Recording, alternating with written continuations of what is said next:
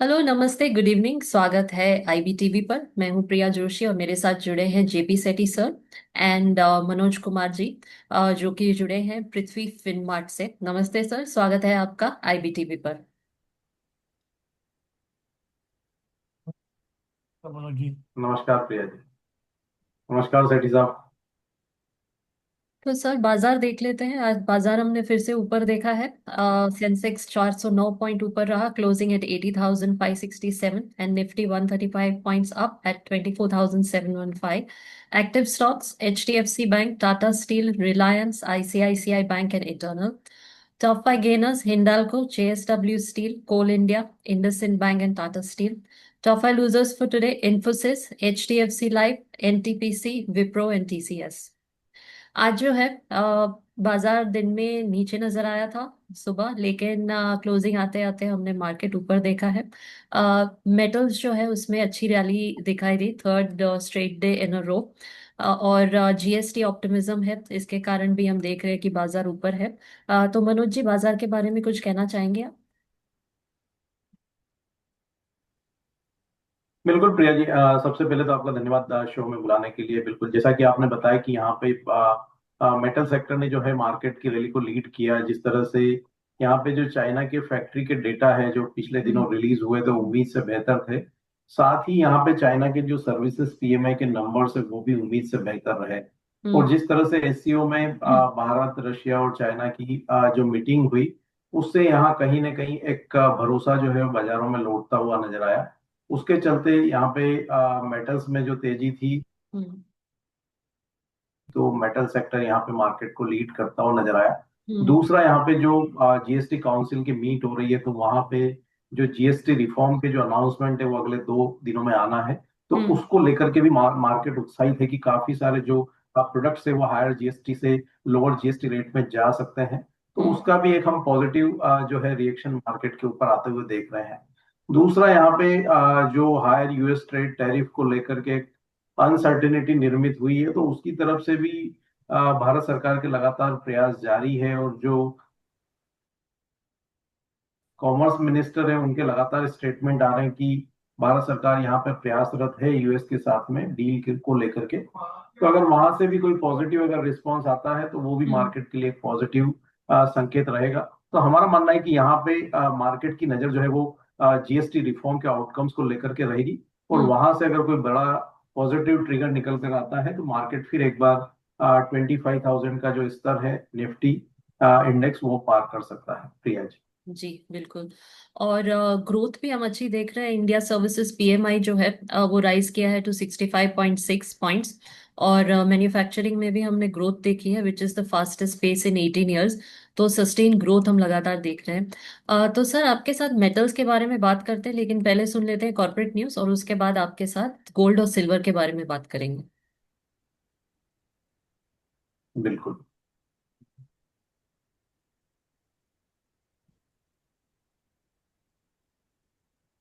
Sarveshwar foods limited ने एक German तकनीकी कंपनी के साथ रणनीतिक समझौता ज्ञापन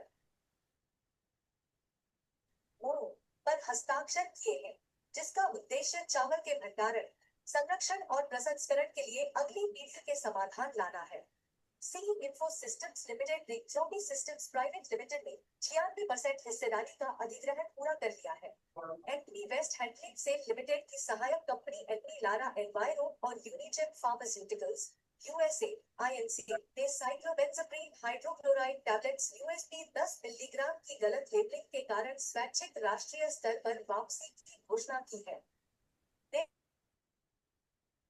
नेटवर्क टेक्नोलॉजी जिंडिया लिमिटेड को 1,734 करोड़ का ऑर्डर प्राप्त हुआ है, जिसमें एनवीडिया की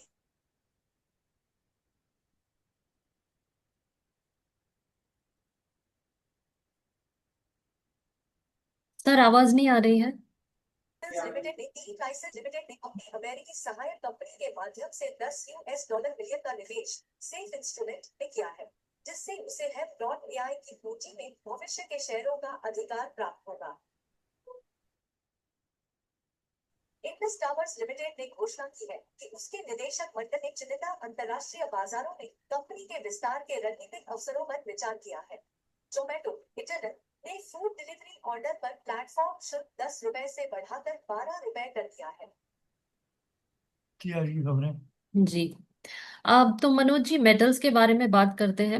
अगर मैं डेटा बताऊं तो पिछले 12 महीनों में सिल्वर जो है ये 44% ऊपर नजर आया है कंपेयर टू गोल्ड, जिसने सिर्फ 41% रिटर्न दिए हैं। और लास्ट मंथ की बात करूं तो गोल्ड जो है 4.5% रिटर्न दिया है, बल्कि सिल्वर ने डबल दिया है अप टू 9%। तो इज इट ट्रू कि सिल्वर जो है वो गोल्ड से बेटर कर रहा है? क्या हम ये कह सकते हैं कि silver is entering it's golden period? बिल्कुल प्रिया जी, इसके बारे में पिछली बार भी जब हमारी चर्चा हो रही थी तो हमने साफ तौर पर कहा था कि दोनों ही जो प्रेशियस मेटल्स है वो बुल रन में है, लेकिन आने वाले समय में सिल्वर गोल्ड को आउट परफॉर्म करता हुआ नजर आएगा। और ये चीज अभी हम इस साल होते हुए देख रहे हैं। और दोनों ही मेटल्स ने यहाँ डबल डिजिट में रिटर्न दिए हैं, लेकिन जी। जो पेस है सिल्वर का वो in terms of return gold से ज्यादा है। तो हम्म। हमारा मानना है कि ये जो मोमेंटम है ये आगे अगले 1 से 2 वर्षों तक और जारी रहेगा, और आने वाले समय में सिल्वर गोल्ड को आउट परफॉर्म करता हुआ आगे भी देखने को मिलेगा। जी। तो ये रीजन क्या है सर कि गोल्ड और सिल्वर जो है ये इतना बढ़ रहे हैं? देखिए, यहाँ पे 2-3 चीजें हैं। हमने जो बुल रन की शुरुआत होते हुए देखी थी सोने और चांदी में, रशिया और यूक्रेन की जो वॉर की शुरुआत हुई थी लगभग 3.5 वर्ष पहले, जी। ठीक उसी समय से हमने सोने और चांदी की कीमतों में बढ़ोतरी आते हुए देखी। वहां से जो ग्लोबल अनसर्टेनिटी निर्मित हुई, उसके बाद से हमने देखा कि जो ग्लोबल सेंट्रल बैंक है वो लगातार सोने में अपना निवेश जारी करे हुए थे। और अभी हम देख रहे हैं कि सिल्वर में भी यहाँ पे कुछ सेंट्रल बैंक जो है उनकी तरफ से बाइंग देखने को मिल रही है। दूसरा, जो ग्लोबल ईटीएफ है उनकी होल्डिंग यहाँ पे सोने और चांदी में लगातार बढ़ी है। मतलब जो ग्लोबल निवेशक हैं वो भी सोने और चांदी की ओर अट्रैक्ट होते हुए नजर आए हैं। तीसरा, यहाँ पे अभी जो रिसेंट में डेवलपमेंट हुआ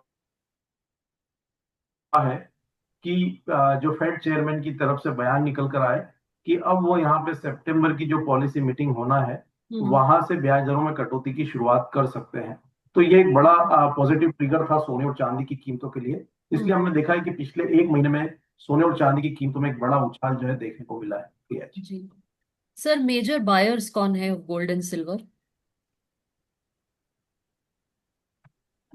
देखिए, यहाँ पे काफी स्टैंडर्ड वे में हम देख रहे हैं ग्लोबल सेंट्रल बैंक्स लगातार बायर बने हुए हैं।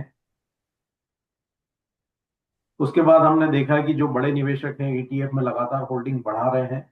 उसके साथ साथ अब हम देख रहे हैं कि जो छोटे निवेशक हैं उनका भी निवेश यहाँ पे सोने और चांदी की ओर अट्रैक्ट होता हुआ नजर आया है। जब हम्म। हमने यहाँ पे दूसरे असेट क्लास के कंपैरिजन में सोने और चांदी में एक बेहतर रिटर्न्स बनते हुए देखे, तो अब निवेशकों का रुझान यहाँ सोने और चांदी की ओर लौटता हुआ नजर आ रहा है। और उसके चलते हम देख रहे हैं कि ना सिर्फ ग्लोबल सेंट्रल बैंक्स या बड़े जो ईटीएफ है, बल्कि जो छोटे निवेशक है वो भी अब सोने में यहाँ लगातार निवेश कर रहे हैं।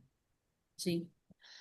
ये जो प्राइस राइज हम देख रहे हैं, is it because of inflation या फिर अनसर्टेनिटी है मार्केट में इसलिए, या फिर इट्स जस्ट स्पेकुलेशन? देखिए, स्पेकुलेशन नहीं कहेंगे, दो बड़े कारण हैं। एक तो जो रशिया यूक्रेन वॉर के बाद से जो अनसर्टेनिटी निर्मित हुई थी वो हम्म। एक बड़ा कारण है। दूसरा, हम देख रहे हैं कि यहाँ पे जो दूसरा एसेट क्लास है वहां पे लगातार एक प्रेशर देखने को मिला है। तो सेफ हेवन बाइंग के तौर पे हम देख रहे हैं कि जो निवेशक हैं वो अब यहाँ पे सोने और चांदी को अपने पोर्टफोलियो में लगातार जो है जगह देते हुए नजर आए हैं। तो some kind of diversification of portfolio हम कह सकते हैं। और दूसरा, जो ग्लोबल अनसर्टेनिटी निर्मित हुई है उसका यहाँ पे साफ तौर पर कीमतों में सपोर्ट है। भारतीय बाजारों के संदर्भ में अगर बात करें तो यहाँ पर रुपये में भी पिछले 1 वर्ष में बड़ी गिरावट देखने को मिली है। मेजरली अगर हम डॉलर के सामने बात करें तो 5% से अधिक की गिरावट रुपये में देखने को मिली है पिछले 1 वर्ष में। तो हम्म। उसका भी एक एडेड एडवांटेज इंडियन इन्वेस्टर्स को यहाँ पे कीमतों में मिलता हुआ नजर आया है। हम्म। तो सर ज्यादा स्ट्रॉन्ग क्या है, टेक्निकल एनालिसिस या फंडामेंटल इंफॉर्मेशन? देखिए, यहाँ पे टेक्निकल जब भी काम करते हैं जब आपके फंडामेंटल स्ट्रांग हो। और अभी वर्तमान परिदृश्य में देखें तो सोने और चांदी के जो फंडामेंटल्स है वो काफी मजबूत है। और हम्म। हमारा मानना है कि आगे भी मजबूती जो है फंडामेंटल्स की वो कायम रहेगी, हम्म। क्योंकि यहाँ पे हम देख रहे हैं कि जो यूएस टैरिफ की वजह से तो अनसर्टेनिटी निर्मित हुई है, लेकिन एक बड़ी जो चिंता अब उभर कर आ रही है वो यूएस के जो हायर डेट है उसको लेकर के अब यहाँ पे एक बड़ी अनिश्चितता का माहौल आने वाले समय में देखने को मिल सकता है, क्योंकि इतने बड़े डेट को इतने हाई बॉन्ड रेट पे सर्विस करना कहीं ना कहीं ये यूएस की इकोनॉमी के लिए एक आने वाले समय में जो है एक नेगेटिव रह सकता है सीनेरियो। तो हम्म। उसके चलते भी हम देख रहे हैं कि यहाँ पे एक सेफ हेवन के तौर पर जो डॉलर की जो डिमांड है वो लगातार कम हो रही है, और हम्म। सुरक्षित निवेश के रूप में हम देख रहे हैं कि दोनों ही प्रीशियस मेटल, चाहे वो सोना हो या चांदी हो, वो हम्म। यहाँ होती हुई नजर आ रही है। तो हम्म। फंडामेंटल्स यहाँ पे मजबूत है, और जी। उसी के चलते हम देख रहे हैं कि जो रैली है वो यहाँ ड्राइव होती हुई दिख रही है। हम्म। चांदी में यहाँ पे बीइंग इंडस्ट्रियल मेटल भी काफी बेहतर सपोर्ट है, क्योंकि जो इंडस्ट्रियल डिमांड है चांदी की वो भी लगातार बढ़ती हुई दिख रही है। तो दोनों ही प्रीशियस मेटल के अपने अपने फंडामेंटल्स हैं, लेकिन वर्तमान समय में दोनों के ही फंडामेंटल्स काफी मजबूत है, और हम्म। इसीलिए हम देख रहे हैं कि कीमतें ऊपरी लेवल्स पर बनी हुई है। जी। गोल्ड और सिल्वर में आप क्या रेकमेंड करेंगे for long term and short term? देखिए यहाँ पे चाहे छोटी अवधि की बात हो या लंबी अवधि की बात हो, दोनों ही मेटल्स अभी भी अच्छे लगते हैं। हम्म। सोने में जब पिछली बार हमारी आपसे बात हो रही थी तो 3,550 डॉलर और 1,04,000, 1,05,000 तक के अपसाइड टारगेट की हमने बात की थी। जी। अब वो लक्ष्य हासिल होते हुए नजर आए हैं। तो हम्म। हमारा मानना है कि ये वर्ष के आखिर तक सोना 3,800 डॉलर, और अगर अगले वर्ष की मैं बात करूं तो 4,000 डॉलर के स्तर को भी सोना पार करता हुआ नजर आए। उस लिहाज से यहाँ पे छोटी अवधि में ये वर्ष के आखिर तक की अगर बात करें तो हम्म। 1,12,000 तक के स्तर सोना दिखा सकता है। और नेक्स्ट ईयर की अगर मैं बात करूं तो वहां पे 1,25,000 तक के स्तर भी सोने में देखने को मिल सकते हैं। जहां तक डाउन साइड का सवाल है तो 3,389 सोने के लिए एक हम्म। मजबूत मजबूत सपोर्ट का काम करेगा। और जी। भारतीय बाजारों में हमारा मानना है कि 1,01,500 यहाँ पे एक स्ट्रॉन्ग सपोर्ट जोन जो है सोने के लिए रहेगा। तो हम्म। डाउन साइड लिमिटेड लगता है, अपसाइड के पोटेंशियल अभी भी यहाँ पे काफी हम्म। बेहतर बने हुए हैं।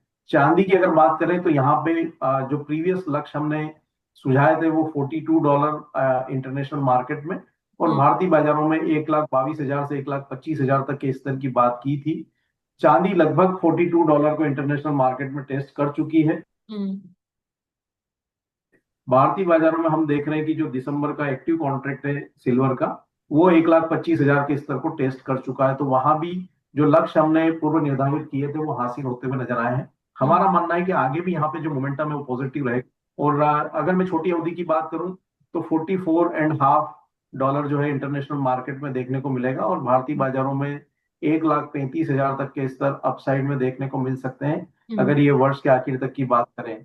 हम्म। थोड़ी लंबी अवधि की अगर बात करें तो जो प्रीवियस हाई थे 2011 और 1978 के, जो हम्म। लगभग $49.60 के आसपास के थे इंटरनेशनल मार्केट में। तो हमारा मानना है कि वर्ष 2026 में चांदी वो हाई को भी क्रॉस करता हुआ नजर आएगा, हम्म। और भारतीय बाजारों में भी यहाँ पे 1,50,000 के स्तर चांदी अगले वर्ष में पार करती हुई नजर आएगी। जहां अगर मैं चांदी की बात करूं तो अगले 3 साल के लिए जो लक्ष्य हमारा है वो हम्म। लगभग $2,00,000, 2 लाख रुपए भारतीय बाजारों में और $65 इंटरनेशनल मार्केट में रहेगा। और हम्म। सोने के लिए लंबी अवधि के जो टारगेट है वो 1,45,000 भारतीय बाजारों में और $4,890 इंटरनेशनल मार्केट में रहे। जी। सिल्वर में यहाँ पे अगर नीचे के तरफ के जो स्तर है उनकी बात करें तो $39.1 अभी इमीडिएट सपोर्ट यहाँ पे चांदी के लिए रहेगा। उस लिहाज से 1,20,000 यहाँ पे एक स्ट्रॉन्ग सपोर्ट जो जो है सिल्वर के लिए देखने को मिलेगा। तो डाउन साइड यहाँ पे लिमिटेड लगती है, करेक्शन आ सकते हैं इतनी बड़ी तेजी के बाद, लेकिन जो लंबी अवधि के निवेशक हैं उनको निवेशित रहना है। और जो निवेशक अभी सोने और चांदी में निवेश की शुरुआत नहीं किए हैं वह भी यहाँ पे गिरावट में एसआईपी के रूप में निवेश की शुरुआत कर सकते हैं। हम्म। आने वाले समय में भी बेहतर रिटर्न्स यहाँ देखने को मिल सकते हैं। जी। अब सेठी सर, आप कुछ पूछना चाहेंगे? अब मैं जानना चाहूंगा सर आपसे कि ये जो सिस्टमेटिक इन्वेस्टमेंट प्लानिंग हो रही है सिल्वर और गोल्ड में, और जो ईटीएफ, इसका कितना कंट्रीब्यूशन है? तो एडिशन आ रहा है क्या, मतलब पहले की डिमांड चेंज हुई है? नहीं, लगातार यहाँ पे एडिशन देखने को मिल रहा है। ईटीएफ में भी हम देख रहे हैं कि चाहे गोल्ड हो या सिल्वर हो, वहां पे लगातार बढ़त है। और जो म्यूचुअल फंड के फंड ऑन फंड से, वहां पे भी लगातार जो निवेशक है वो आकर्षित हो रहे हैं सोने और चांदी में निवेश करने के लिए। तो एक अच्छा पॉजिटिव रिस्पांस भारतीय बाजारों में भी ना सिर्फ म्यूचुअल फंड बल्कि ईटीएफ में भी देखने को मिल रहा है। और मनोज जी, डी डॉलराइजेशन का क्या प्रभाव पड़ेगा? वो यहाँ पे लगातार हम देख रहे हैं, डी डॉलराइजेशन के चलते ही हम देख रहे हैं कि जो ग्लोबल सेंट्रल बैंक है वो लगातार जो डॉलर की जो होल्डिंग है उसको कम कर रहे हैं। पिछले दिनों यहाँ पे भारतीय रिजर्व बैंक की तरफ से भी स्टेटमेंट निकल कर आया था कि वो भी यहाँ पे जो यूएस की जो बॉन्ड की ट्रेजरी है उसको धीरे धीरे कम करेंगे और सोने में अपने निवेश को बढ़ाएंगे। तो काफी सारे देश जो है दुनिया के, वो लगातार अपने डॉलर की होल्डिंग को कम कर रहे हैं और सोने की तरफ जो अपना निवेश बढ़ा रहे हैं। तो आगे भी ये प्रोसेस जो है बरकरार रहेगा। तो ये कंज्यूमर डिमांड आपको बढ़ती दिखती है सिल्वर में, कमर्शियल? कमर्शियल डिमांड, यहाँ पे इंडस्ट्रियल डिमांड काफी बेहतर है सिल्वर की, और उसी के चलते हम देख रहे हैं कि एक अच्छा पॉजिटिव ट्रैक्शन जो है बना हुआ है। और चांदी वर्तमान समय में सोने को भी आउट परफॉर्म करती हुई दिख रही है। उसके पीछे मेजर रीजन यही है कि यहाँ पे निवेश के साथ साथ जो इंडस्ट्रियल डिमांड है वो भी काफी बेहतर बनी हुई है। यानी जी। मनोज जी, आखिरी सवाल, मार्केट को लेकर आपको क्या लग रहा है, सितंबर महीना कैसा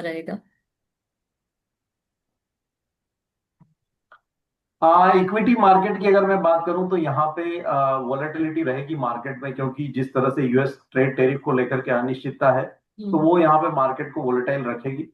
लेकिन डाउन साइड मुझे लगता है कि लिमिटेड रहेगी।